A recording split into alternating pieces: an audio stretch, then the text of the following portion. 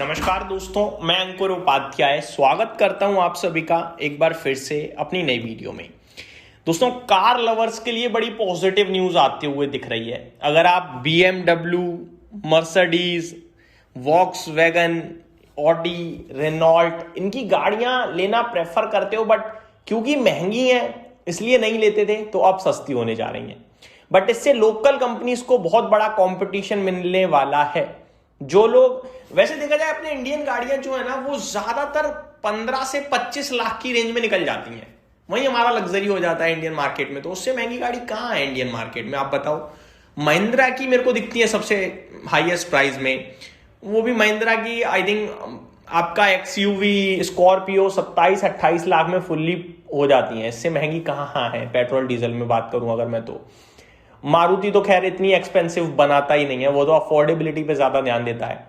और टाटा की बात करें तो टाटा की भी मतलब अगर मैं नॉर्मल पैसेंजर व्हीकल्स की JLR की बात ना करूं, नॉर्मल पैसेंजर व्हीकल्स की बात करूं तो वहां भी हैरियर यही है आई थिंक सबसे टॉप मॉडल, जो 20-25-30 लाख के करीब में है। इससे ऊपर वो भी नहीं जा रहा है।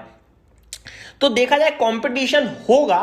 कंपटीशन ऐसे होगा कि कोई व्यक्ति 30 लाख की अगर लेने जा रहा था तो वो 40 लाख में अगर BMW फिर बेहतरीन वाली मिल रही है तो शायद थोड़ा और शिफ्ट करने की कोशिश कर सकता है। ये कंपटीशन जरूर आएगा। लेकिन अगर आप सोचो कि यार बहुत तगड़ा कंपटीशन आने वाला है, अब तो मतलब टाटा महिंद्रा के लिए बहुत बड़ा झटका है, या ह्यूंडई के लिए, ह्यूंडई की एक्चुअली में कुछ गाड़ियां हैं थोड़ी महंगी टाइप, उसको बड़ा झटका है, तो मुझे नहीं लगता ऐसा कुछ होगा। बट हाँ, कंपटीशन बढ़ेगा। क्या है डिटेल्स वो मैं आप सभी के साथ शेयर करता हूं दोस्तों। ऑलरेडी मैंने डिस्कस किया हुआ है कि यूरोपियन यूनियन और इंडिया के बीच में FTA यानी फ्री ट्रेड एग्रीमेंट साइन हो सकता है, क्योंकि यूरोपियन यूनियन की president Ursula von der Leyen ने ऑलरेडी अनाउंस किया हुआ है कि इंडिया के साथ अब एक mother of all trade deal आने की तैयारी में, यानी एक ऐतिहासिक historic trade deal is coming. ठीक है, ये सब इसलिए हो रहा है क्योंकि यूरोपियन यूनियन ने देखा कि प्रेसिडेंट ट्रंप जो है वो कभी भी टैरिफ अनाउंस कर देते हैं, कभी कुछ अनाउंसमेंट कर देते हैं, तो और कंट्रीज के साथ पार्टनरशिप करना बहुत जरूरी है। ठीक है, और इंडिया तो ऑलरेडी तलाश ही रहा है ट्रेडिंग पार्टनर्स, तो क्यों ना। और इंडिया कार मार्केट के मामले में दुनिया में तीसरे नंबर पे बड़ी कार मार्केट है इंडिया, तो आपस में बन जाए बात तो बहुत बढ़िया बात है। तो ट्रेड डील आने की संभावना तो है ही है। इनफैक्ट कल भी कुछ डिफेंस पैक्ट साइन हो सकते हैं। तो अब खबर ये आ रही है कि जो European cars are going to become cheaper in India, including tariff changes, expected price impact and news details from today's 26th Jan. European car import tax cut in India. ठीक है, आज के लिए खबर यह है कि India is about to sign a major free trade agreement with European Union. This deal is being called the mother of all deals because it is one of the biggest trade step in years and it changes car import taxes a lot. ठीक है, duties कितनी लगती हैं, कितना change होने वाला है ये बताता हूं मैं आपको। जो करंट ड्यूटी लगती है वो है करीब 70% से 110% तक, जो कि CBU यानी कंप्लीटली बिल्ड यूनिट्स हैं। फॉर एग्जाम्पल है दोस्तों, एक BMW का कोई भी गाड़ी यूरोप से भारत पूरी बनी बनाई, सिर्फ रोड पे उसे बिक के चलना है, फुल्ली बिल्ट बनी बनाई आए, अगर यूरोप में उसकी कीमत 50 लाख है तो वो भारत में रफली डबल हो जाएगी, 1 करोड़ हो जाएगी। क्योंकि हमारे यहां 110% तक टैरिफ लगता है। 70 से 110% है, वेरी करता है। हो सकता है भाई 35 लाख लगे, 85 लाख की हो जाए वो 50 लाख वाली गाड़ी भारत आते आते। हो सकता है वो 1 करोड़ 10 लाख भी हो जाए, 1 करोड़ 5 लाख भी हो जाए। ठीक है, तो ये डिफरेंट वेरी करता है। लेकिन वही गाड़ी आने वाले समय में कितनी की होगी मैं आपको बताऊं तो ये टैरिफ 70 से 110 वाला तुरंत ही घटकर 40% हो जाएगा, जो गाड़ियां 16 से 17 लाख महंगी हैं। अगर 16-17 लाख से कोई भी गाड़ी महंगी है, उसका प्राइस उस पे जो टैरिफ 70 से 110% लगता है वो रह जाएगा केवल 40% का। ठीक है जी, एग्जाम्पल से समझते हैं। मान लो कोई गाड़ी करंट सिचुएशन में 20 लाख की है, ठीक है, वॉक्सवैगन की, वो भारत में ऑटोमेटिकली 20 लाख वाली गाड़ी हो सकता है आपका 34 लाख से लेकर 42 लाख की होगी।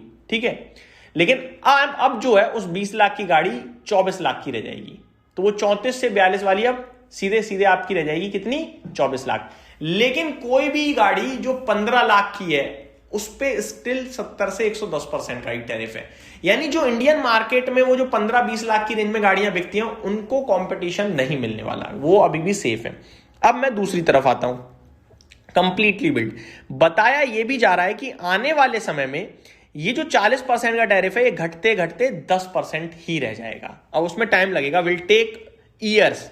तो देखते हैं कब होगा कब नहीं। कौन सी गाड़ियों को फायदा होगा, यहां पे लिखा हुआ है mainly European brands that are imported into India. जो यूरोपियन ब्रांड्स भारत में ऑलरेडी अपनी गाड़ियां इंपोर्ट करते हैं उनमें बड़ा नाम मर्सिडीज बेंज है, वॉक्सवैगन है, बीएमडब्ल्यू है, ऑडी है, रेनॉल्ट है, स्टेलेंटिस ब्रांड्स हैं। तो ये कुछ गाड़ियां हैं जो अभी टैक्स लगने की वजह से बहुत महंगी दिखती हैं हमें भारत में, लेकिन अब ये चीपर होने जा रही हैं।